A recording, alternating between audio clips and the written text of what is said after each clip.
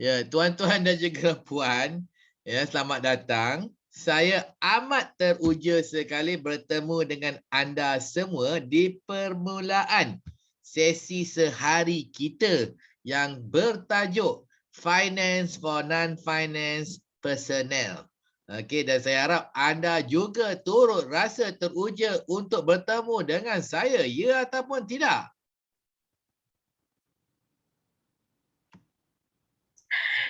Ya, Encik. Okey. Jadi minta maaf lah sebab saya memang sentiasa teruja dan cakap kuat dan banyak aktiviti. Ya, jadi itu cara saya ya. Ada seorang lagi masuk. Puan Intan Nurizati. Ya. Puan Intan. Oh, Puan Intan. Oi, mana? Oi. Itu. Halo. Hai. Hello. Okey, hai Intan. Intan pun daripada Jabatan Wanita juga ke? Ya. Ya, okey. Jadi Jabatan Wanita sudah cukup quorum ya, maka kapal terbang bolehlah berlepas. Saya sungguh teruja bertemu dengan Puan Intan. Saya harap Puan Intan juga teruja untuk bertemu dengan saya. Okey. Ya atau tidak? Ha? Ya atau tidak? Ya. Saya nak tanyalah, Jabatan Wanita ni, pejabatnya di Simpang 3 ke? Tak. Bukan. Di Peta Jaya. Di Petrajaya. Oh, bukan di Simpang 3. Saya tak tahulah kenapa dalam ingatan saya semua jabatan kerajaan di di apa tu di Kuching ni di Simpang 3. Bukan. Bukan. Kita kerajaan negeri. Oh, kerajaan negeri tak sama. Yang sana federal ya? Ya. Maksudnya tak bolehlah shopping. Hmm. Boleh. Boleh juga? Boleh. Yang Simpang 3 tu selalu shopping. Kan? Saya bila saya mengajar peserta daripada Kuching, saya selalu teringatkan masakan di Kuching lah. Restoran-restoran Kuching saya rindu lah. Rindu Mam Laksa, rojak Kuching. Ya. Okey, dah boleh dine in kan dekat Sarawak? Dah. Bagus. Kita dekat Selangor tidak boleh dine in lagi. Keluar rumah pun tak boleh. Kita masih lagi di rumah. Kita masih fasa 1 tapi Sarawak well done, tahniah, anda semua dah masuk fasa ketiga, dah boleh pergi dine in ya. Saya selalu ke Sarawak, ke Kuching. Bukan Encik Azmi. Ya saya. Encik Azmi isteri ni orang Sarawak kan? Ya, itu saya nak kata tadi. Itu saya kata tadi. Siti Aisyah betul tak? Betul. Awak kenal dia? Sebab saya kenal adik dia, Syarizul Amizan. Awak kenal Syarizul Amizan. Masya Allah. Okey. Dunia kita betul-betul kecil. Okey, Kampung Tungku ya. Kampung Tungku. Betul. 13. Ya, betul. Itulah dah 2 tahun dah kita tak balik. Memang saya rindu Mam Laksa. Saya pun rindu juga makan rojak kucing. Okey, mungkin nanti kita dah boleh pergilah. Isteri saya kata kita kena pergi ke Perak, dari Perak kita pergi ke Kuching. Sebabnya Perak fasa 2. Boleh rentas. Tapi fasa 3 tak boleh, fasa 1 tak boleh rentas. Okey. Walau bagaimanapun kita akan mula. Sehari kita bersama, kita nak belajar cara-cara bagaimana kita membuat analisa kewangan. Ya, maka saya amat teruja dan saya harap anda teruja dan saya minta anda semua untuk menzahirkan keterujaan anda dengan cara mudah saja. Apabila saya membilang 1, 2, 3, saya minta Encik Yusof, Jesseta, Intan, Zaidil untuk kita sama-sama serentak kita menjerit nak belajar. Gitu ya. Wow, tunggu. Tunggu. Saya belum bilang lagi. Saya belum bilang lagi. 1, 2, 3. Nak belajar. Nak belajar. Encik Usop lambat sikit ya. Okey, tak apa. Cik on-nya pun mic.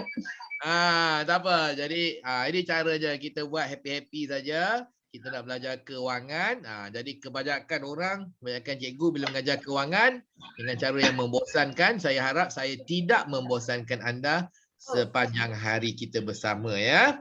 Okey, saya nak share screen.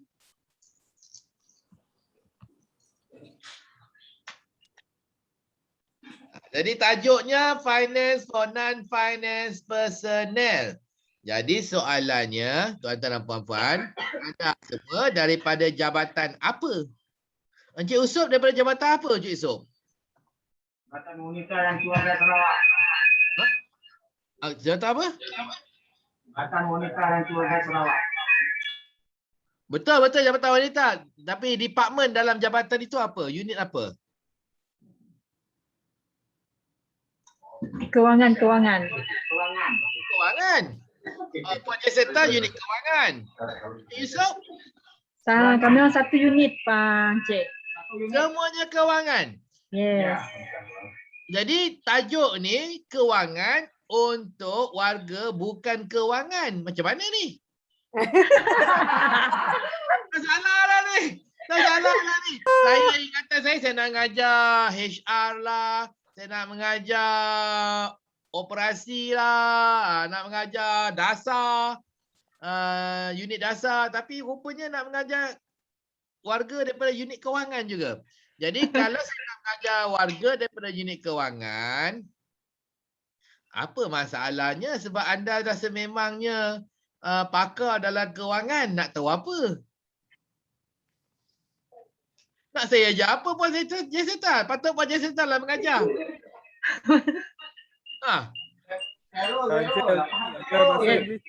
HR kami orang yang bagi kami orang ikut proses ni. Betul. Nanti saya ajar benda yang Puan Jesseta dengan Cik Usop dah tahu. Itu masalah dia.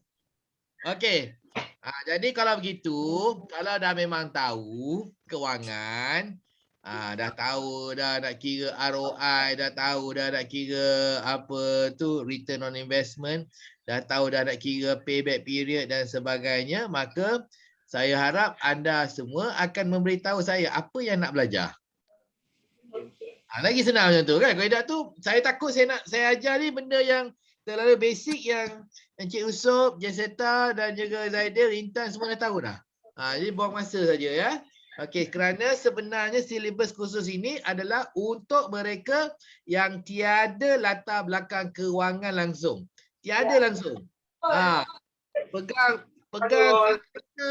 kalkulator pun terakhir pegang kalkulator semasa menjawab SPM. Gelak Cik Usop kan. Ya bila saya kata okey, jom kita on Excel. Encik Azmi, Excel kat mana? Excel kat mana kan? Tapi Encik Usop tak perlulah tak tahu Excel kat mana. Hari-hari guna Excel kan? Kewangan kan? Ya.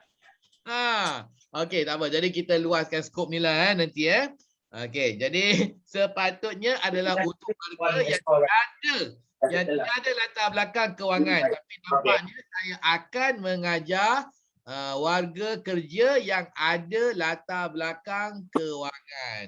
Okey, bagus. Jadi saya nak mulakan juga dengan mengalu-alukan. I like to welcome all of you. Ya, Encik Usop, Puan Jesseta, Puan Intan, Cik Zaidil. Mengalu-alukan anda sebagai Wira dan juga Sri Kandi Jabatan Wanita. Kerana anda adalah nadi yang menggerakkan jentera Jabatan Wanita. Tanpa anda maka tidak bergeraklah.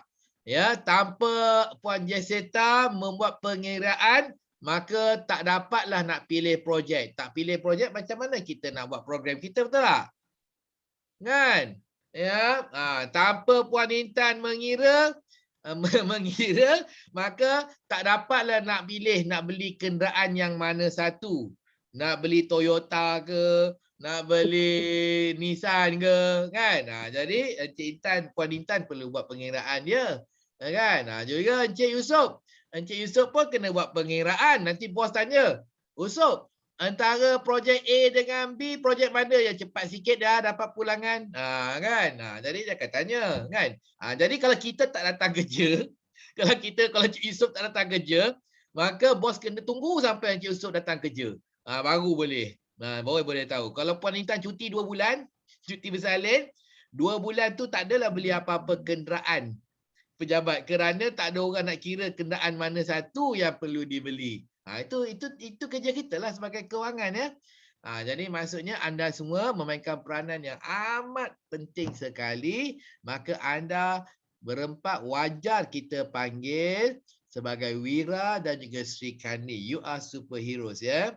Mungkin jawatan dia kecil tapi tanggungjawab besar. Jadi jangan anda rasa anda ini adalah warga yang kerdil. Tidak. Anda adalah warga gergasi dalam jabatan wanita. Kursus ini telah dibawa kepada anda oleh pembekalan AAA training, pembekal latihan yang berdaftar. Kami berdaftar dengan e-perolehan. Tak dapatlah bayaran kami kan. Dan juga HRDF. Okey, ini adalah sedikit latar belakang saya. My background. Ijazah tertinggi saya adalah Master dalam Ekonomi. Ijazah pertama saya adalah Bachelor in Accounting. Dan saya juga telah banyak pengalaman bekerja. Saya mula bekerja pada tahun 1992 di Shell Malaysia Sdn Bhd sebagai pegawai pemasaran. Jadi masa saya kat sana, hari-hari kena kira harga minyak lah, harga apa lah, semua kena kira. Okay? Right. Harga minyak pelinci nak jual ni bagi diskaun 30%, ada untung tak? Itu pun nak tanya saya kan? Jadi saya lah yang mengirakan semuanya. Lepas tu kemudian saya bertukar ke Maxis. Saya menjadi pengurus marketing untuk prepaid, iaitu jenama Hotlink. Dan saya adalah ahli pasukan yang telah melancarkan jenama Hotlink di pasaran pada waktu itu. Itu pun banyak nak kira, macam-macam nak kira. Setiap promotion nak kira, setiap kali nak tukar rate nak kira. Kalau kita tukar rate ni ada untung tak? Habis-habis sekarang ni semua call rate 0. Betul lah sekarang kan? Kalau nak dulu asyik nak kira je. Kira ada untung tak untung, ada untung tak untung. Nak buat promotion, 100,000 punya promotion, ada untung tak, ada pulangan tak. Lepas tu saya dah bosan, saya kerja pula dengan satu IT startup company, syarikat perintis IT.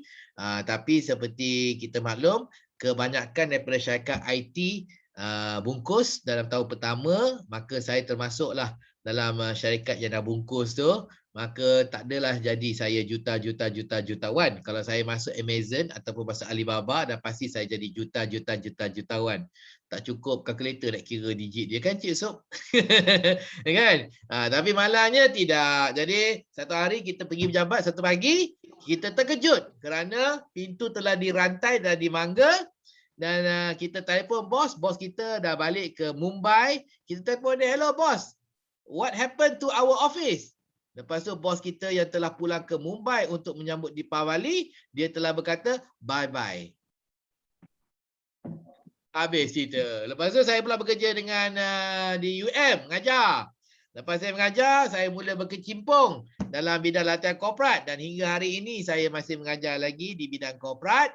Latihan korporat, dah 14 tahun saya mengajar. Jadi antara pengkhususan saya adalah finance ya, dan juga komunikasi. Jadi ini sedikit latar belakang saya ya. Baik, Encik Yusof, Jesseta, Intan, Zaidin, okey. Jadi walaupun saya telah menyediakan satu silibus, maka saya nak tolak tepi silibus tu ya. Apa yang saya nak ajar sebenarnya tak penting lah. Tapi yang lebih penting apa yang Encik Yusof, Puan Jesseta, Puan Intan dan juga Encik Zaidin nak belajar daripada saya, bagi tahu saya dan saya ajar. Lagi berfaedah, lagi manfaat. Kalau ikut silibus, walaupun dah tahu saya kena ajar juga. Jadi bazir masa lah kan. Ya, benda yang dah tahu saya kena ajar. Jadi saya nak ajar benda yang anda perlu bantuan dan perlu diselesaikan, maka bagi tahu saya dan saya akan bantu anda ya.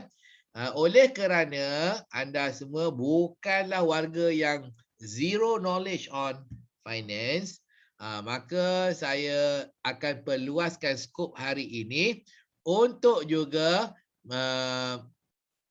merangkumi penggunaan Excel, kerana sebagai finance executive kita memang banyak menggunakan Excel.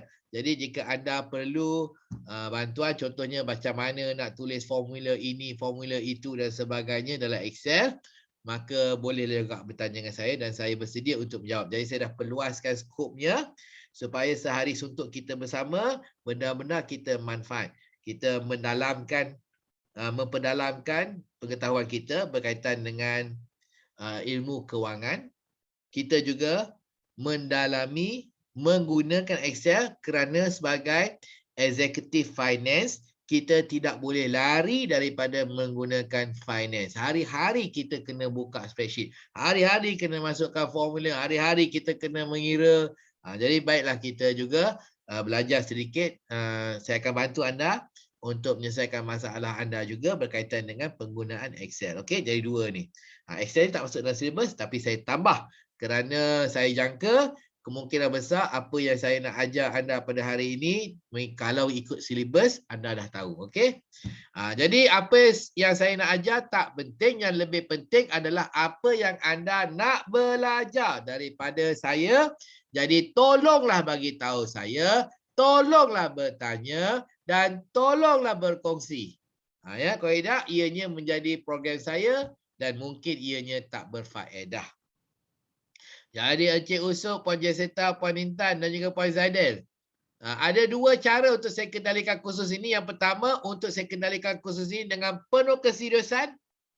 Yang kedua, saya kendalikan kursus ini dengan penuh keceriaan. Kalau serius, tak boleh makan dan minum. Tak boleh bertanya. Tak boleh untuk anda berkongsi pengalaman, menyuarakan pendapat.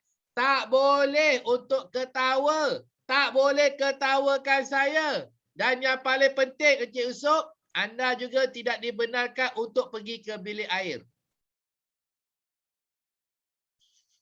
Yang kedua, kalau saya kendalikan dalam suasana yang penuh keceriaan, nak makan, minum, boleh teruskan minum kok pun boleh juga sambil saya mengajar.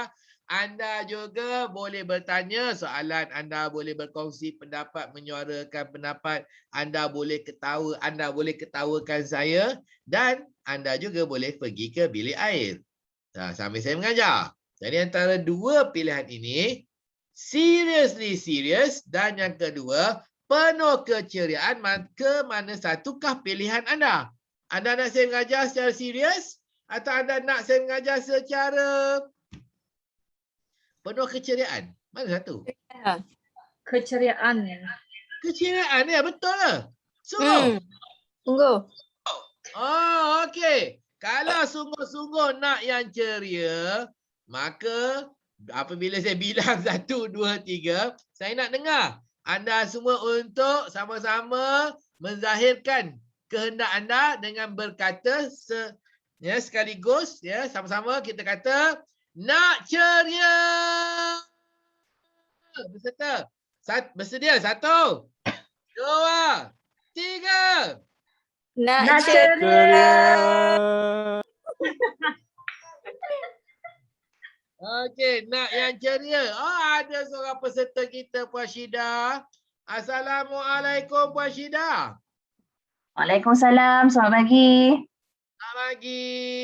Jadi saya pengajarnya, penceramahnya bersama dengan kita Encik Yusuf, Puan Jesseta, Puan Intan, Encik Zaidil. Mereka ni semua dari Petra Jaya Kuching. Pejabatnya adalah Jabatan Pembangunan Wanita. Puan Syida pula dari mana? Saya daripada Putrajaya Semenanjung.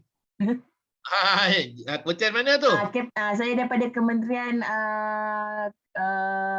Perdagangan Dalam Negeri dan Haiwan Pengguna. Okey.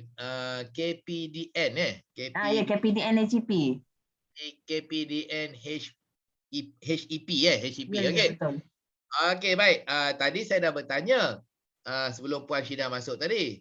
Saya bertanya kepada Encik Usop, Puan Jesseta dan Intan dan juga Encik Zaidil. Mereka mengesahkan mereka sebenarnya adalah warga dan anggota Jabatan Kewangan. Jadi Puan Syida pula dari jabatan apa? Sama juga. Saya division ni lah ambil sekarang ni finance lah. Finance dan development. Mana di mana? Okey. Ni masalah ni. Sebab tajuknya adalah finance for non-finance personnel. Jadi sebenarnya saya sebenarnya dah menyediakan silibus untuk mengajar peserta-peserta yang tiada pengetahuan langsung berkaitan dengan kewangan. Tiada langsung. Jadi mereka ni selalunya daripada HR, daripada operasi, daripada enforcement, penguasaan, daripada dasar dan sebagainya lah. IT. Maksudnya mereka tidak ada pengetahuan berkaitan dengan kewangan. Tetapi nampaknya semua peserta termasuk Puan Syida adalah anggota Jabatan Kewangan. Maksudnya dah ada pengetahuan berkaitan dengan kewangan dan memang kerjanya hari-hari pun menghadap spreadsheet Excel kerana kewangan mestilah menghadap spreadsheet jadi ada masalah sikit kerana saya pasti Puan Syida dan yang lain-lain ni kerana ada pengetahuan, tak perlu pengetahuan asas berkaitan dengan kewangan. Betul atau tidak? Sikit-sikit bolehlah. Pengetahuan yang ada tu dah berkarat dah. Dah berkarat dah. Apa yang kita belajar dekat universiti ke, kat mana ke tak sama dengan apa yang kita ada dekat kerja. Betul. Betul. Okey, jadi kan oleh kerana itu kerana saya khawatir kebanyakan daripada bahan yang saya sediakan adalah terlalu asas, maka saya minta Puan Syida kalau ada apa-apa nak bertanya, apa-apa nak tahu terus tanya. Dan saya juga telah meluaskan juga skop hari ini untuk juga merangkumi penggunaan Excel. Jadi kita dalam Jabatan Kewangan ni hari-hari kita berhadap dengan buat kerja menggunakan Excel, maka jika ada masalah menggunakan Excel pun boleh bagi tahu saya akan bantu ya. Okey Puan? Okey, tak ada masalah. Okey, jadi kalau kita nak membangkitkan satu suasana yang penuh keceriaan, Puan Intan, saya perlukan Puan Intan dan rakan-rakan semua termasuk Puan Syida untuk yang pertama sekali responsif. Kerana saya seorang diri tak mampu. Perlu anda semua bantu saya dan 3 perkara. Pertama adalah responsif. Responsif itu maksudnya apabila saya bertanya soalan, contohnya apabila saya bertanya soalan, saya minta Encik Usop dan juga rakan-rakan yang lain untuk berebut-rebut menjawab soalan. Macam budak tahun 1, tahun 2 di sekolah. Ya, Puan Jeseta? Macam mana budak tahun 1, tahun 2 di sekolah? Ya, cikgu. Bila cikgu tanya salam, macam mana diorang tu? Berebut. Cikgu, teacher, saya. Kenapa cikgu asyik panggil Usop aja? Cikgu tak suka saya ya? Okey, jadi berebut-rebutlah berjawab soalan saya nanti ya. Okey, lepas tu yang kedua saya minta juga anda semua untuk responsif dengan cara kalau saya minta tepuk tangan, tolonglah tepuk. Contohnya 1, 2, 3 tepuk. Tepuk tangan. Okey. Bila saya minta anda buat latihan, buatlah latihan. Bila saya minta anda buat pembentangan hari ini, buatlah pembentangan. Okey. Bila saya suruh makan, pergilah makan.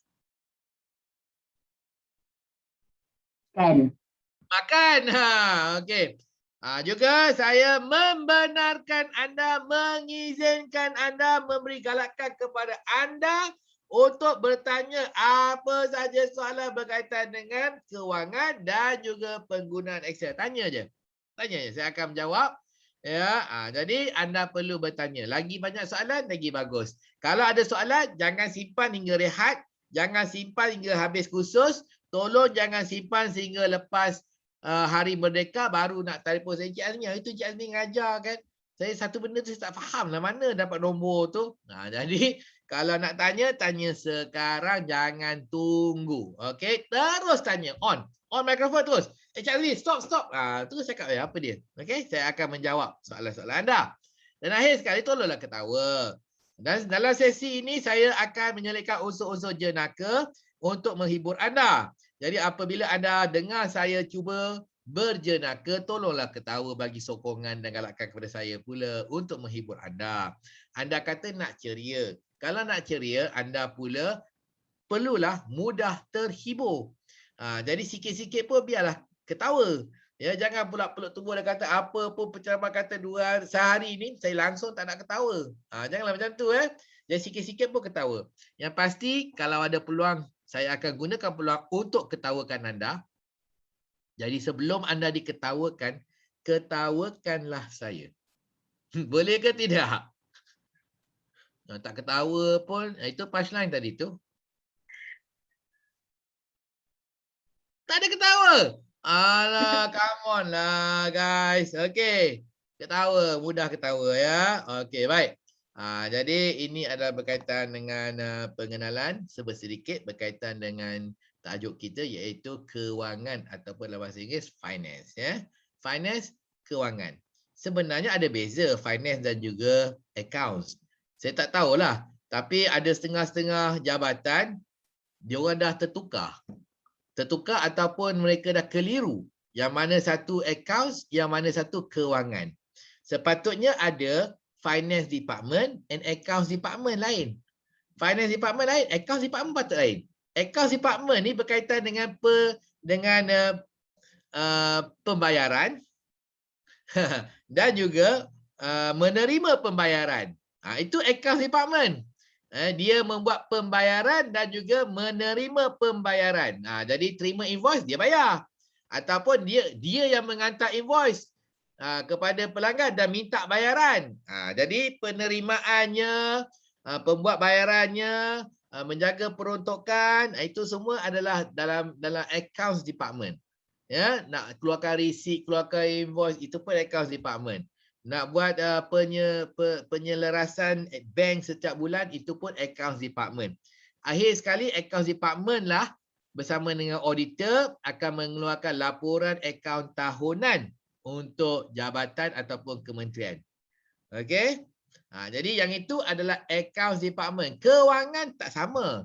Kewangan ni sebenarnya tiada kena-mengena dengan pembayaran invoice dan juga menghantar invoice, meminta pemiutang untuk membuat bayaran. Jadi saya nak tanyalah. Okey, Puan Jesseta, apa kerja Puan Jesseta di pejabat? Saya buat payment. Kalau untuk finance memang tak ada lah puan. Encik. Buat payment lah. Payment tu accounts. Yes. Payment to account. Tengok. Payment to account. Dah faham lah. So you kalau dalam bahasa putih, you are accounts payable. Buat payment Yes. Buat payment tu AP, accounts payable. Okay, terima apa tu? Terima invoice. Kita membuat pengesahan, kelulusan, kemudiannya kita membuat pembayaran. Itu adalah accounts payable. Puan Intan, apa kerja Puan Intan di pejabat?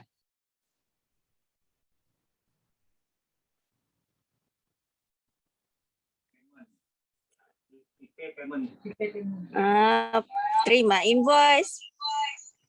Buat pembayaran. Sama lah macam Puan Jesseta. Kan? Proses pembayaran. Itu accounts. Dia dah mula faham dah. Okey, Encik Yusof.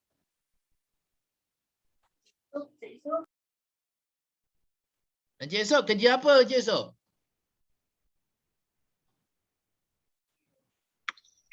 Saya buat penyemakan payment. Penyemakan payment. Ini penyedia. Checker. Ni kerani kanan besar lah ni. Kecil saja, saya kecil. Budak je. Chief Clerk. Kerani kanan besar. Checker. Bukan. Carbon copy, CC. CC lah. CC tu carbon copy. Cover kopi. Cover kopi. Cover kopi. Okey. Buat jadi checker. Okey. Faham dah tu. Pun terlibat dalam pembayaran juga. Accounts payable orang panggil ya. Encik Zaidil. Encik Sadil. Apa kerja Encik Sadil pula? Data entry. Data entry Data untuk apa? entry. Invoice yang diterima ke? Untuk Invoice yang proses pembayaran. proses pembayaran juga. Itu pun account sebenarnya, bukannya finance. Sebenarnya lah. Ya, ya. Wan Ya. Syida. Wan Syida pula. Banyak on ni lah, on account lah. Account. Penerimaan, pembayaran, pernah few years ago ada pernah lah buat finance sikit lah untuk semak penyata kewangan, untuk tengok dia punya risk ratio apa, yang tu ada lah. Menyemak akaun penyata kewangan apa tu? Akaun syarikat. Akaun Bos suruh buat pembandingan lah. Perbandingan. Itu finance lah. Maksudnya kita perbandingan sama ada kita nak bagi pembiayaan ataupun tidak ya. Ya. Okey, itu termasuk dalam kewangan, okey? Ya. Memang bidang kewangan. Yang lain ni adalah akaun. Jadi hari ni saya tak mengajar macam mana nak menyediakan invoice, macam mana nak mengira invoice dan membuat pembayaran ya. Hari ni tidak. Hari ni lain. Ini bukan akaun. Ini adalah kewangan. Ada bezanya. Okey, kalau macam tu baiklah saya mula. Saya nak bagi takrif apa kewangan sebenarnya.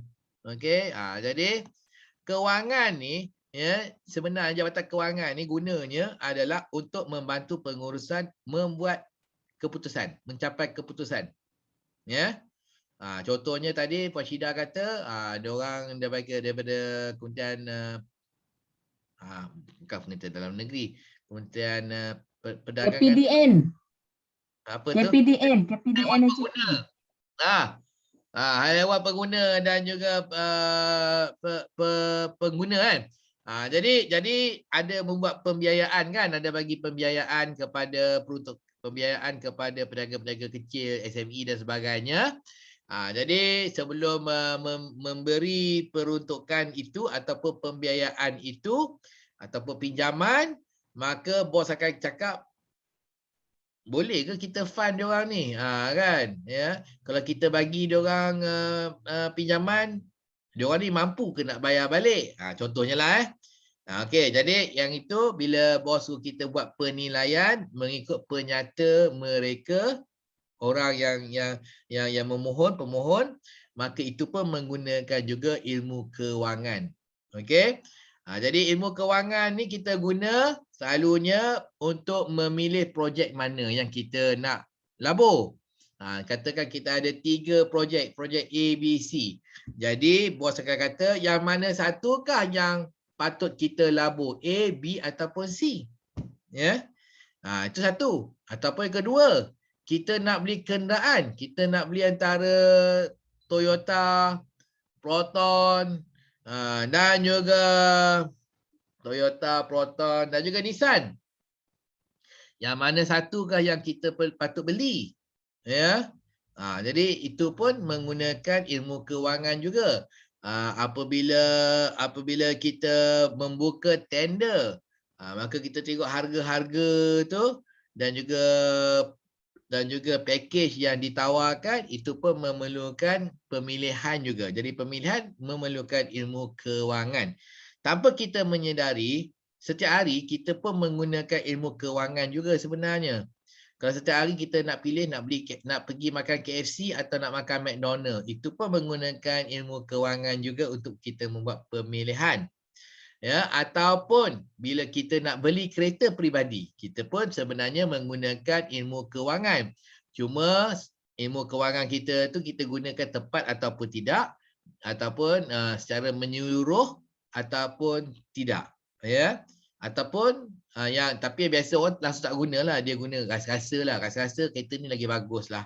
Kan? Ataupun dia terpengaruh dengan kawan-kawan dia yang membeli kereta yang sama. Jadi itu tidak menggunakan penilaian kewangan ya, financial consideration. Bila kita nak beli rumah, kita nak pilih nak beli rumah A, rumah B, rumah C, kita juga menggunakan ilmu kewangan juga. Jadi bukan hanya di pejabat sahaja, tetapi kita juga menggunakan ilmu kewangan ya di luar daripada pejabat untuk pemilihan peribadi kita. Jadi apa yang saya akan berkongsi dengan anda selama sehari ini, Pertama, akan membantu anda di tempat kerja. Apabila bos minta kita buat pertimbangan, buat pemilihan. Yang mana satu? Yang kedua, kita juga boleh gunakan ilmu yang sama untuk diri kita sendiri secara peribadi. Kerana secara peribadi, kita boleh menggunakannya untuk membuat pemilihan yang lebih tepat dan lebih akademik. Okey, jadi pemilihan apa? Pemilihan nak beli kereta, pemilihan nak beli rumah, pemilihan apa sajalah. Pemilihan nak pergi melancong di tempat A berbanding dengan tempat B, itu pun kita gunakan juga. Pemilihan nak beli laptop pun kita gunakan juga. Encik Zaidil dah berkahwin ataupun belum, Encik Zaidil? Dalam proses. Dalam proses. Tengah cari Kita calon. dengar ni, Encik Yusof pun akan setuju dengan saya. Kita nak berkahwin pun kita kena buat pemilihan A dengan B. Betul tak Encik Yusof? Yang mana lagi berbaloi? Betul, betul. Mesti pilih. Ada orang makan banyak, ada orang makan sikit. Ada orang low maintenance, ada orang high maintenance. Ini pun jadi pemilihannya pun kita kena kira baru nak buat pemilihan. Okey. Jadi kita pun akan membantu Encik Zaidil untuk membuat pengiraan yang mana satukah calon yang patut Encik Zaidil kahwin. Okey, jadi banyak kita boleh belajar hari ini ya. Jadi kita gunakan antaranya, saya dekat skrin ni boleh nampak ni, kita gunakan untuk mendapatkan pulangan pelaburan yang terbaik. Ya, yang terbaik. Okey. Nak melabur mana? Nak melabur tabung haji ke? Nak melabur di amanah saham ke? ASB ke? ASN ke? Public mutual ke? Ataupun simpan dalam peti Melo kat rumah ke. Jadi apakah pulangan pelaburan yang terbaik? Okey. Ataupun dekat pejabat, nanti mungkin pejabat pun akan membuat pelaburan. Dan nak beli tanah ke, nak beli bangunan ke kan. Jadi yang mana perlu dibeli? Adakah perlu menyewa atau perlu menyewa premis atau perlu membeli premis? Jadi itu pun pemilihan juga. Ya, nak beli tanah ataupun nak menyewa tanah. Nak membeli tanah dan mendapatkan pendapatan sewaan, itu pun kewangan juga. Jadi banyak skop dia. Jadi kita gunakan untuk memilih projek ada beberapa kriteria. Kriteria pertama, pulangan pelaburan. Kita nak pilih yang mana bagi pulangan yang paling tinggi, yang itu patut kita ambil. Lepas tu kedua, kita juga perlu memilih mengikut tempoh bayar balik. Kriteria kedua, tempoh bayar balik. Yang mana yang dapat pulangkan modal kita lagi awal, yang itulah yang kita nak pilih. Janganlah kita pilih yang lebih lambat memberi pulangan kepada modal kita. Jadi membazir pula ya, kalau terlalu lama kan.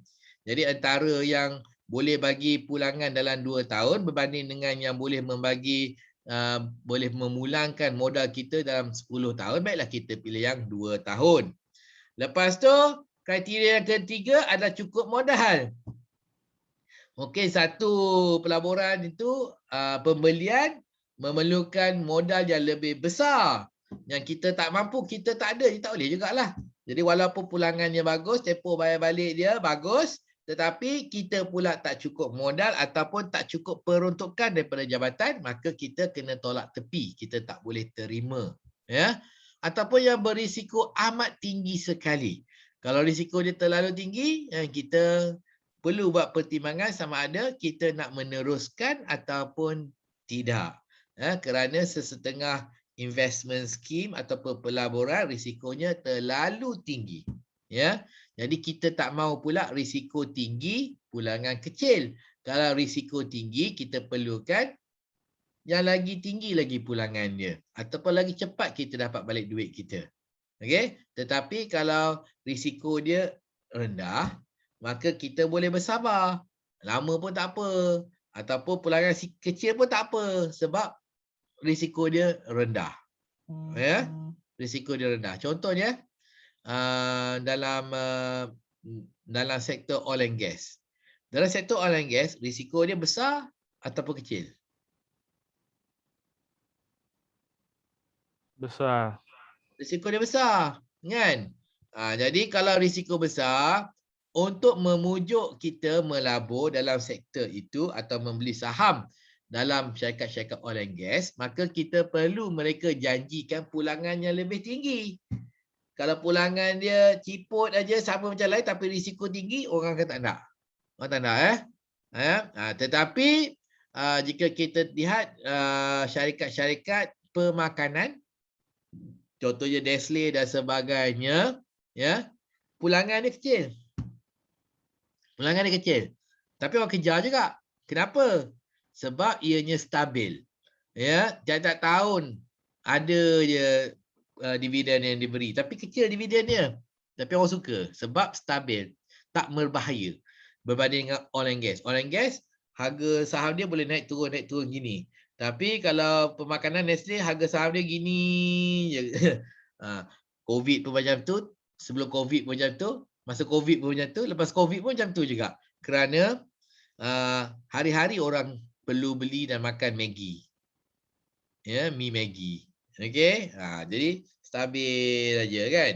Tapi oil and gas tidak. Kita tengok harga minyak naik turun dan itu memerlukan pulangan yang lebih tinggi untuk memujuk kita melabur. Itu berkaitan dengan risiko. Jadi ini adalah 4 kriteria yang kita gunakan untuk kita memilih projek ataupun pembelian kita. Ya. Projek ataupun pembelian kita. Jadi nanti dalam sehari ini kita akan banyak latihan. Jadi melalui latihan-latihan itu saya akan memperkenalkan anda kepada kriteria-kriteria yang telah saya sebut tadi ya. Okey. Jadi kenapa kita perlu memilih? Ini pun kita kena faham juga. Jadi kerana kita perlu memilih, kita perlu ilmu kewangan. Kalau kita tak perlu memilih, kita tak perlu ilmu kewangan. Jadi nyata sekarang kita perlu memilih. Tapi kenapa kita perlu memilih? Kita perlu memilih kerana peruntukan kita terhad. Peruntukan kepada jabatan terhad. Kan?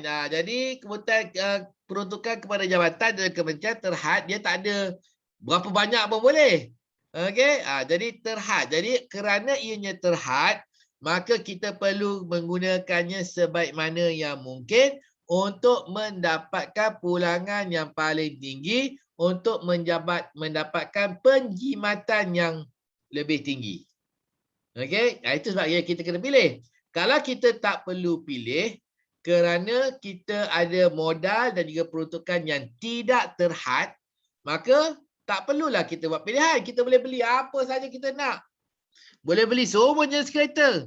Boleh beli semua jenis rumah. Boleh pergi ke mana saja. Boleh beli apa saja notebook. Kan? Kalau kita tidak ada batas kepada modal dan juga peruntukan kita. Ya.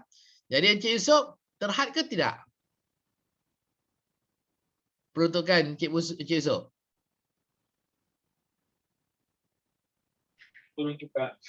Ya, terhad. Terhad. Encik Yusof boleh beli ke semua kereta yang Encik Yusof nak beli? Rumah yang Encik Yusof nak beli? Tak boleh. Kenapa tak boleh beli semua rumah yang Encik Yusof? Belilah satu kucing. Mana boleh beli semua? Beli satu je cukup lah. Boleh beli satu aja. Boleh beli satu je. Kena Beli pilih satu je. baiklah. Kena pilih baik-baik lah. Kena beli satu aja kan. Memanglah pilih baik-baik ni. Dah yang terbaik dah dipilih ni. Oh, yang terbaik yang dipilih. Terbaik dipilih bagus lah kan. Kan? Jadi Encik Zaidir pun sama. Nak kahwin satu je. Jadi kena pilih baik-baik juga. Ya. Sebab tak boleh pilih. Tak boleh kahwin semua. Kena pilih satu kan. Jadi kerana peruntukan dan kewangan kita terhad. Kita tidak boleh mencetak duit. Ikut suka hati kita. Ya, jadi kita perlu menjawab juga nanti bila audit duit tu kita guna untuk apa, beli apa, untuk kita biaya apa dan sebagainya ya. Oleh kerana itu kita terpaksa untuk membuat pilihan. Kita juga perlu membuat pilihan kerana sumber-sumber lain yang terhad. Contohnya tenaga kerja terhad, pejabat terhad ya, dan juga kepakaran yang terhad. Ni sumber-sumber lah. Jadi tak boleh kita buat semua benda. Kan? Itu syarikat-syarikat pun banyak buat perkhususan juga. Kerana mereka ada sumber dan juga kepakaran yang terhad. Kaedah tu Samsung akan buat semua benda termasuk juga motosikal Samsung. Tapi kenapa Samsung tak buat motosikal Samsung? Kenapa Samsung tidak mengeluarkan motosikal berjenama Samsung? Bagus tu guna handphone Samsung, naik motosikal Samsung. Tapi kenapa tak ada motosikal Samsung? Sebab Dia dah study dah. Sebab Samsung tak ada pakar. sumber terhad lah. Mungkin banyak duit, banyak modal, tapi tiada kepakaran tak boleh juga kan? Ya, sebab tu pula kereta Honda tak ada telefon Honda. Kan? Kalau Honda tu besar, Toyota tu besar, kenapa tak buat handphone dan juga TV Honda? TV handphone Toyota kan? Sebab kepakaran mereka terhad, kilang mereka terhad ya, walaupun duit banyak. Ya, lepas tu kita juga perlu membuat pilihan kerana kita perlu berjimat. Zaman PKP ni memang kita banyak berjimat lah, berkira lah.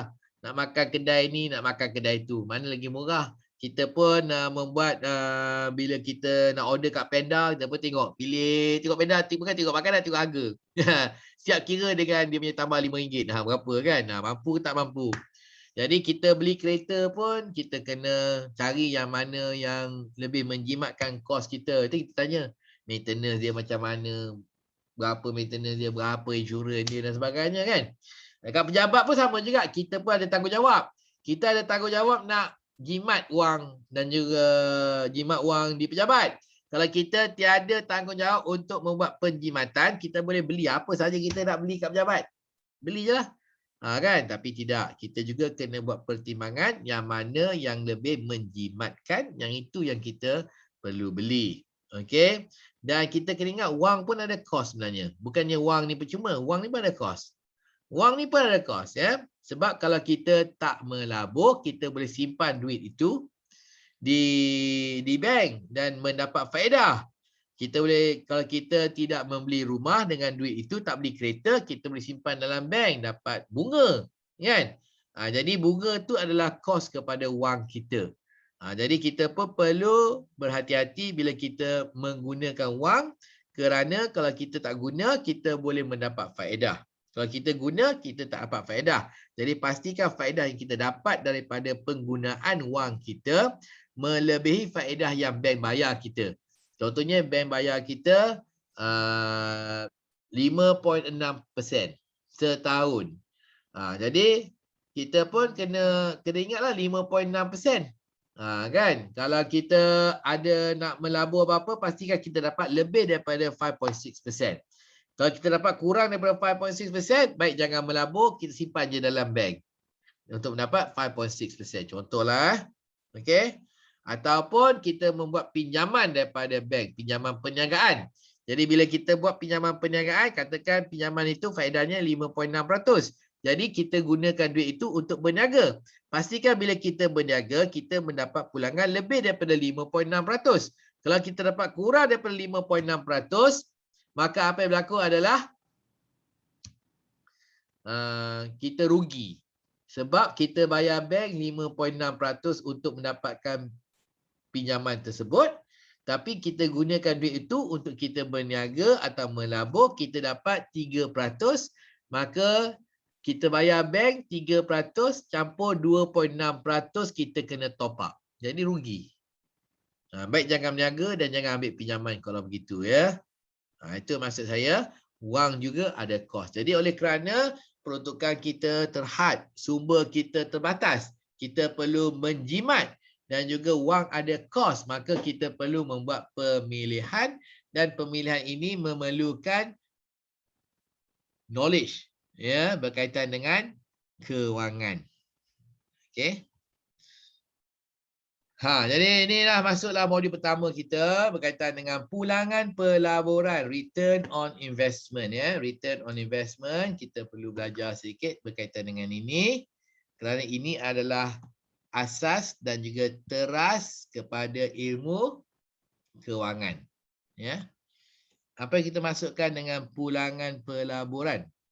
Okey. Kita tengok ni Okey, katakanlah kita ada 3 projek.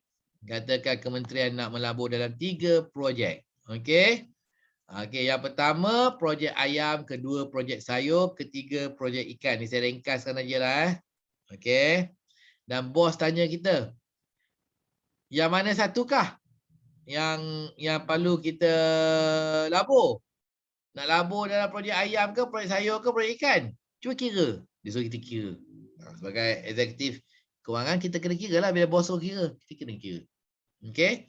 Jadi yang manakah yang berbaloi? Right? Jadi kita kena nak kira pulangan kepada pelaburan kita. Jadi formula kepada pulangan pelaburan adalah jumlah keuntungan bahagi dengan pelaburan asal kita.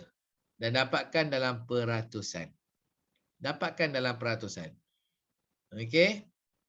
Jom kita kira ni. Bagi tahu saya apa peratusannya. Untuk projek ayam, berapakah pulangan pelaburannya? 6%. Betul. Sekejap. Okey, jadi untuk projek ayam adalah 6%, betul. Siapa yang jawab tadi? Syida. Bagus Syida. Okey, jadi untuk projek Saya ayam ni ada 25%. okey, kejap. Saya nak catat ni. Lambat pula. Ini adalah yang pertama ni adalah 6%. Betul. Okay, yang kedua ni berapa peratus? 7.5. 8%. Ya, saya nak buat peratusan ni. 6%. Yang kedua ni 7.5%. 5%. Okey, yang ketiga 5.8. Yang ketiga 5.8. berapa yang kedua ni? 5.8. 5.8. 5.8. Jadi kita dah dapat peratusan ini, mudah untuk kita membuat pemilihan kerana kita boleh buat ranking. Jadi kita tengok sini, ini adalah ranking kedua. Ayam, projek ayam ranking kedua. Projek sayur kita adalah ranking yang pertama. Dan projek ikan kita adalah ranking yang ketiga. Ni tak nampak ni sebab saya 5.8. Nampak? Jadi antara tiga ni projek sayur adalah yang paling paling menguntungkan. Jadi kita ada pengiraan. Jadi bila ada pengiraan, kita boleh yakin dengan keputusan yang kita capai. Kalau kita tidak mengira, rasa-rasa ikut hati, ikut gerak hati dan sebagainya, takut kita salah membuat keputusan. Okey? Mungkin kita membuat andaian. Andaian tu salah lah. Andaian contohnya, lagi besar modal yang diperlukan, lagi besarlah untungnya. Ni tak. Ya, kita kena buat kiraan. Kalau kita kira, kita membuat andaian pelaburan besar, banyak pendapatan, pulangan, maka kita akan tersalah pilih kerana projek ikanlah modal yang paling besar. Tetapi pulangannya adalah yang paling kecil, iaitu 5.8%. Walaupun keuntungannya sama saja 60,000, tetapi ianya bertukar. Okey, tak sama, berbeza kerana jumlah modal yang kita gunakan untuk melabur tidak sama. Tak sama. Okey, jadi ini yang pertama. Ada apa-apa soalan setakat ni? Ada apa-apa soalan setakat ini? So far okey. So far, okay. Okay. Okey. So far so good. So far so good. Okey. Jadi kita kira ni pula. Okey, yang ini kita ada 3 projek. Projek Cili, Halia dan juga projek Serhai. Ini bercucuk tanam pula kita ni ya. Okey, jadi berapakah pulangan 3 projek ini? 8.4%. Okey, projek Cili 8.4%. Okey. Projek Halia 7.5%. ya 7.5, betul. 7.5% dan juga projek Serai kita berapa pula? 7.25. 7.25%. 25. Okey. Jadi kalau kita lihat tadi, yang ini keputusan berbeza pula. Yang tadi tu keuntungannya sama semua, modal berbeza. Yang ini modal dia pula sama tapi keuntungan dia berbeza. Jadi ranking pertama, ranking kedua dan juga ranking yang ketiga. Yang kedua dan juga ranking yang ketiga. Jadi yang mana satukah pilihan kita untuk membuat pelaburan? Jadi kita pilih yang projek Chili. Kenapa? Sebab projek Chili memberi pulangan yang lebih tinggi berbanding dengan Halia dan juga Serai. Perlu kira. Kalau tak kira, kita tak tahu. Ya. Jadi kita perlu kira untuk mengelakkan situasi kita tidak tahu. Okey, yang mana satu yang memberi pulangan yang lebih tinggi. Okey. Yang tadi tu saya bagi satu pulangan je, 67,000, 60,000 ataupun 58,000. Tetapi dalam kebanyakan projek ianya adalah multi year. Multi year tu maksudnya merangkumi banyak tahun. Kita bukannya melabur untuk setahun, tetapi kita melabur untuk beberapa tahun, ya. Jadi ada ketika projek A tu projek ayam, maka sama je pulangannya daripada keuntungannya daripada tahun pertama hingga tahun kelima. Ada yang macam tu. Ada juga macam projek sayur. Tahun pertama, tahun kedua tak ada untung. Kalau anda tanam musangking, anda kena tunggu 6 tahun. Jadi 6 tahun kosong. Tahun ke-7 baru dapat pulangan, kan? Projek ikan. Ada kadang-kadang setengah projek kerana kos awalnya terlalu tinggi, maka tahun pertama, tahun kedua, tahun ketiga dalam kerugian. Dan mungkin tahun ketiga seterusnya barulah ada keuntungan, ya. Jadi cara nak kira kita kena jumlahkan ke semua keuntungan. Lepas tu baru kita dapat mencari pulangan pelaburan kita. Sekejap, Okey, jadi ni kita dapat dah yang pertama ni. Okey, jumlah keuntungan yang pertama ni 12 kali 5 adalah 60,000. 60,000. Okey, projek sayur berapa pula? 60. 60 juga. Okey. Okey, untuk projek ikan berapa pula? 60. 60 juga. Ya, betul. Okey, kebetulan semuanya adalah 60. Tapi berapakah pulangannya? Yang ini adalah 6%. Yang pertama tu 6% kalau dikira, kan? Yang kedua dan ketiga berapa pula? 7.5 dengan 5.8. Saya gunakan balik nombor yang sama.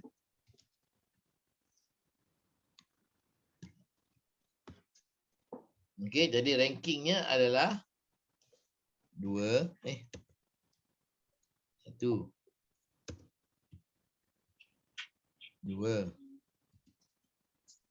3. Jadi di sini kita lihat, ya, dalam pelaburan ini, pelaburan dalam projek sayur kita yang lebih menguntungkan berbanding dengan yang lain-lain tu, projek ayam, projek ikan dan sebagainya, ya. Okey. Tapi kita kena perhatikan pattern dia. Jadi projek ikan ni kat ujung tu yang banyak untung. Bukan yang awal-awal. Sebab dia nak korek lah, nak korek kolam lah, apa semua, beli benih sebagainya banyak. Okey. Jadi projek ayam boleh katakan ianya sekata sahaja. Projek sayur mungkin tahun pertama tidak ada keuntungan. Okey. Itu dimasukkan dengan nombor-nombor yang saya beri ni. Okey. Kita kira pula yang kedua ni. Projek Chili, Halia dan juga Serai. Cuba kira. 67,000. 67.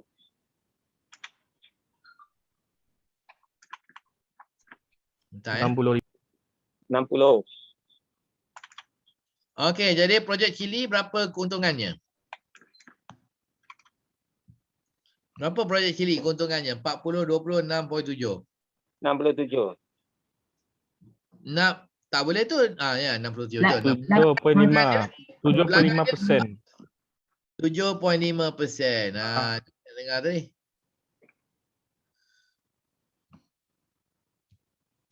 40, 50, 60. Okey, untuk projek Halia 60. 40 apa? ah 60. Lepas tu berapa persen dia pelaburan dia? 7.5%. 7.5%. Okey. 7.5 juga ya. Projek Chili kan Tak boleh 75. 8 lebih ke? Cuba kira 67 bagi 800. 8.38. 8.38. Okey, ni 7.5. Okey. Projek Serai 58,000. 58,000. Dan pulangannya 7.25%. 7.2. 25%. 25%. Okey, jadi sini ternampak ranking dia adalah pertama projek Chili.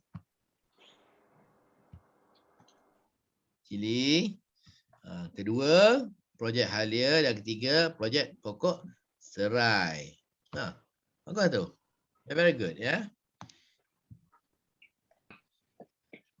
Okey, ini saya nak tunjuk di sini ya, sebenarnya kalau kita membuat yang lebih lengkap, pengiraan yang kita perlukan pengiraan yang lebih lengkap, maka kita perlu untuk kita merangkumi ke semua kos-kos kita. Ya, ke semua kos kita kena masukkan juga. Okey. Okey, jadi mudah aja kita kira ni. Chili tadi. Okey, jadi projek Chili itu ada kos-kos dia. Untuk membuat pengiraan kewangan yang lengkap, maka kita perlu memasukkan, mengenal pasti dan memasukkan semua kos yang berkaitan. Semua kos yang berkaitan dengan projek Chili. Okey. Jadi bila kita melihat rekod kita, kita dapati bahawa jualan kita adalah RM100,000 sebulan. Pinjamannya RM1,5 juta.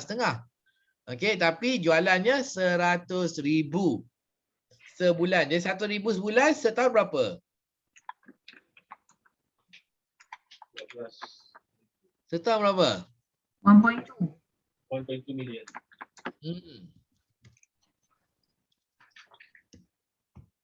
1.2 juta. Itu kos dia.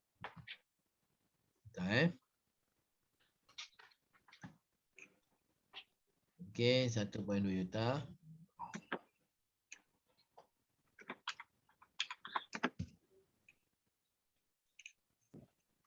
RM1.2 juta. Okey, lepas tu kita kena kira segala kos kita, perbelanjaan kita. Jadi kalau kita katakan, sewa tanah tu, sewa ladang tu adalah RM40,000 sebulan. Kau setahun berapa tu?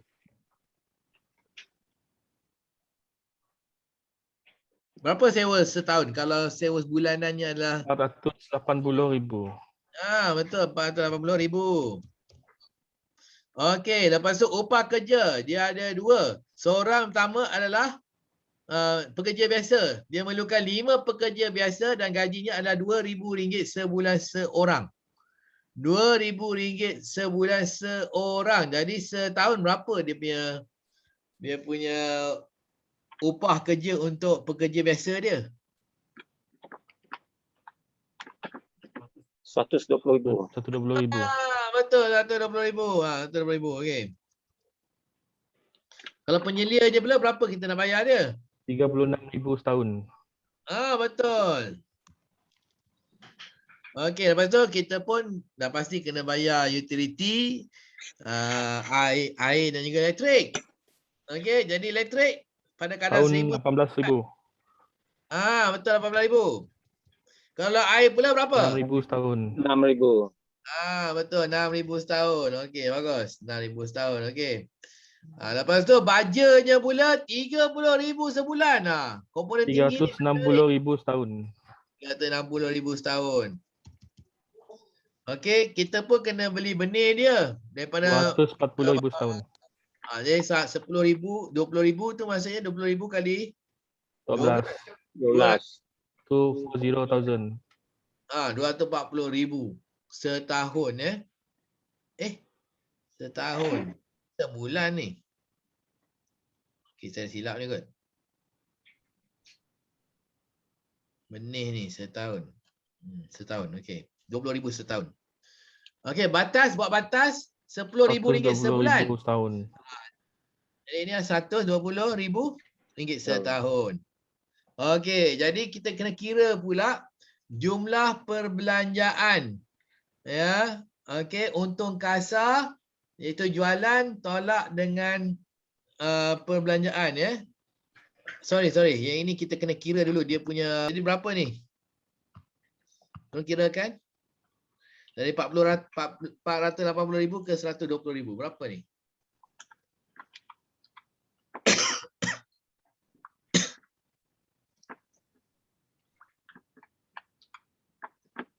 Berapa ni? Kalau guna Excel senang. Saya guna PowerPoint ya. 1,160,000. 1,160,000. 1,160,000.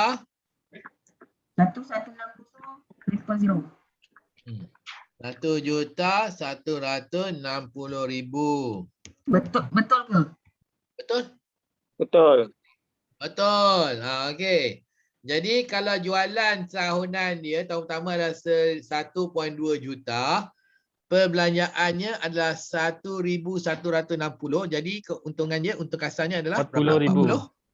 40,000 kan? 40,000. Okey.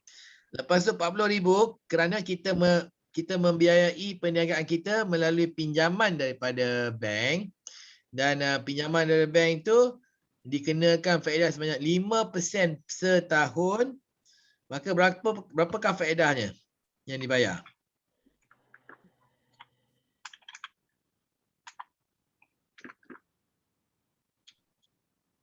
%5 of berapa?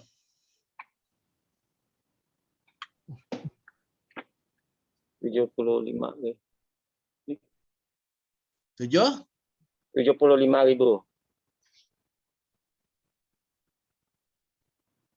5% ya. Okey. 75,000.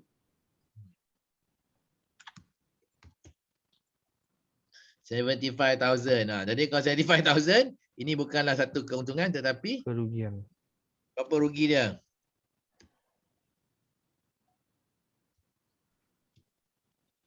Ni rugi pula tahun pertama tu. Rugi sebanyak 35,000. 35,000. Okey. Jadi rugi tahun pertama sebanyak 35,000. Ya. Jadi katakan pula kalau kita jualan ni kita buat tahun kedua pula, katakan tahun kedua ya, sebulan tahun pertama tahun satu, jadi tahun dua adalah naik kepada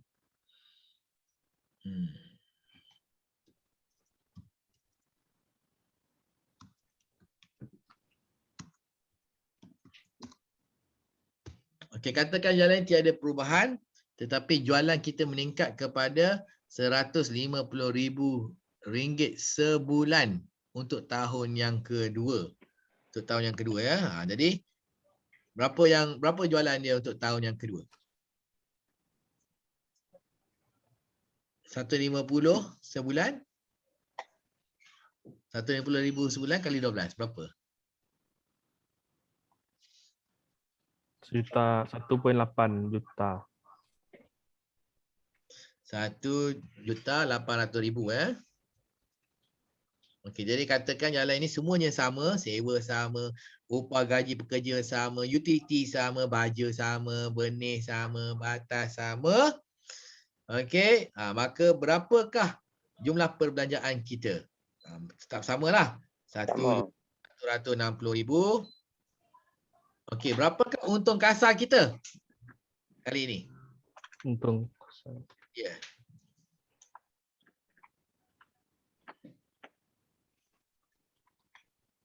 Berapakah untung kasar kita?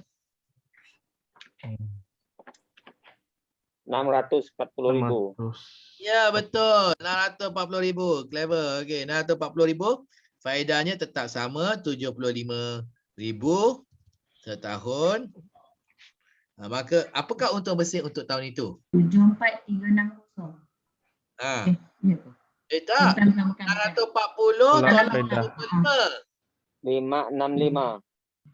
Ya, 565 565. ribu. Jadi Hmm. untuk tahun kedua untungnya adalah 565,000. Okey. Jadi jumlah keseluruhan untung dia adalah 2. Ada yang kita campurkan 2 ni. Okey, ni jadi kalau kita kata tahun 2 kita tukar kepada jumlah lah. Okey, kita kata jumlah. Okey, jadi jumlah yang ini adalah 3 juta. Jadi jualannya 3 juta.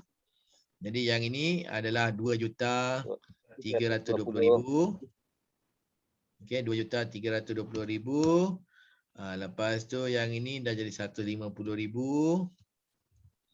Okey, untung kasarnya ada 680.000. 680.000. Okey, dan untung bersihnya adalah 530. 25. 530,000 Okey.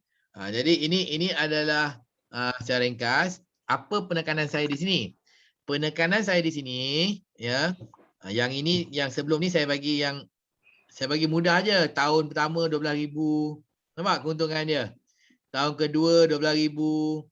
Ini pula tahun pertama 40,000, tahun kedua 20,000 kan. Jadi yang ini saya buat ringkasan. Tapi sebenarnya nak dapatkan yang 40,000 dan 20,000 tu, okey, memerlukan pengiraan yang lebih terperinci. Ya, pengiraan yang lebih terperinci barangkali semua sebab kita kena masukkan. Jadi termasuk juga dengan kalau kita meminjam dan sebagainya, kalau ada faedah kita pun kena mengirakan faedahnya sekali. Okey, jadi maksudnya semua benda kita kena masukkan. Jangan kita tidak memasukkan apa-apa kos ataupun pendapatan yang berkaitan dengan sesuatu projek itu supaya kita tidak salah. Okey. Kalau tidak nanti kita salah pilih, kita setuju ataupun kita luluskan ataupun kita melabur dalam projek Chili ni, lepas tu dia turut ya Allah, silap kira lah. Tak terfikir pula baja ni rupanya 30,000 sebulan. Kan.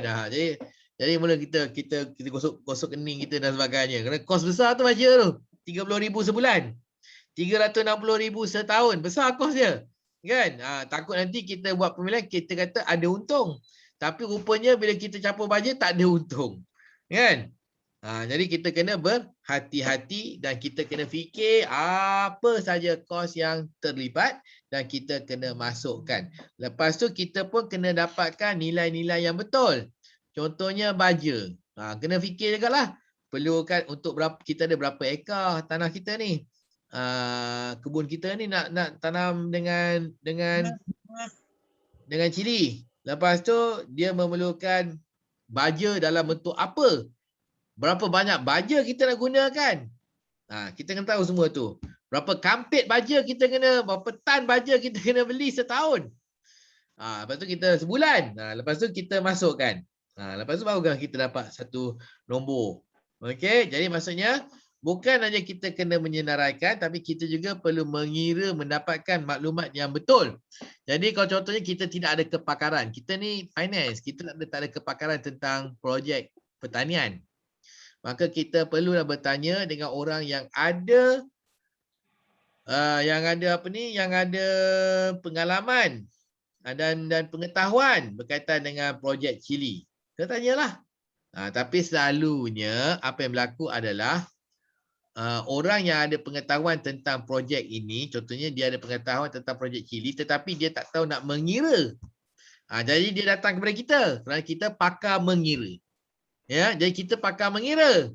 Jadi kita apa dia kata kita masukkan jelah. Tapi yang lagi bagus, kita ada kepakaran mengira dan kita pun ada common sense. Ada common sense di mana kita fikir, kenapa tak sebut baja tadi? Takkan projek pertanian tak ada baja? Kan? Tanya, kau lupa ke baja? Tak ada apa kos untuk baja ni? Lupa lah masuk. Mungkin dia lupa kan? Jadi bila kita ingatkan, dia ingat balik kan? Jadi kita ni janganlah jadi robot nak mengira kewangan je nombor. Kebanyakan kepada pegawai kewangan dia macam tu. Dia macam robot. Dia kira je. Apa yang dia bagi, orang bagi dia kira. Apa orang bagi dia kira. Apa orang tak bagi dia tak kira. Dia tak ada pengetahuan lain daripada pengiraan.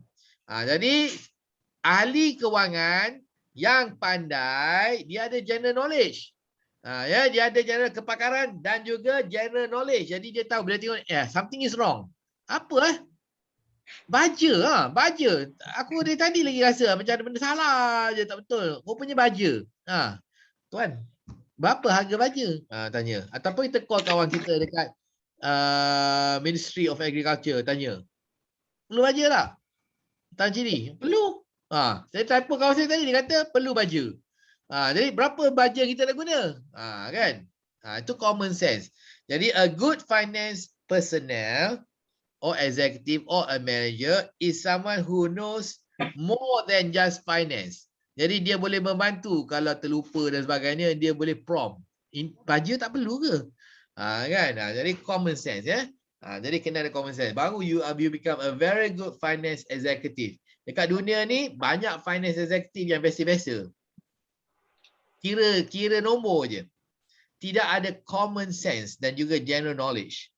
Jadi if you want to be an outstanding finance officer, then you need to have financial knowledge to calculate, and also you also need some common sense and general knowledge of how things work around you. And then you become very good. Ada soalan? Ada soalan ke?